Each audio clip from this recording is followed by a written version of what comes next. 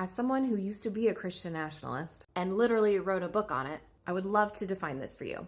At a very basic level, Christian nationalism is a conflation of one's religious beliefs with a political ideology. There are people who openly admit that they are Christian nationalists and use that label, and then there are people who perpetuate nationalism but say that they're just being good Christians. And that is one of the more difficult aspects about stopping Christian nationalism because it hides in plain sight in white American evangelicalism. So most people who are actually Christian nationalists don't think that they are and think it's a leftist smear campaign, and they have not realized how nationalism has co-opted their faith. On a larger level, Christian nationalism is about taking the country back for God. It's the belief that America was founded as a Christian nation, that it should stay a Christian nation, that Christians should be in charge of the government, and that their idea of morality should be legislated. And it is deeply tied with American exceptionalism. Because if you believe that America was founded as a Christian nation and that God had his hand in our founding and supernaturally blessed our country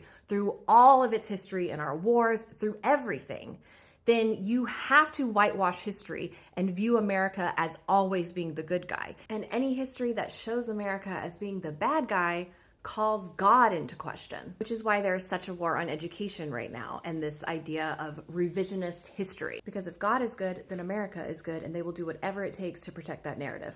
Like getting rid of the Department of Education, which was part of Project 2025, which is basically a Christian nationalist handbook. I have a lot more information about it in my book, but let me know if you have any other questions.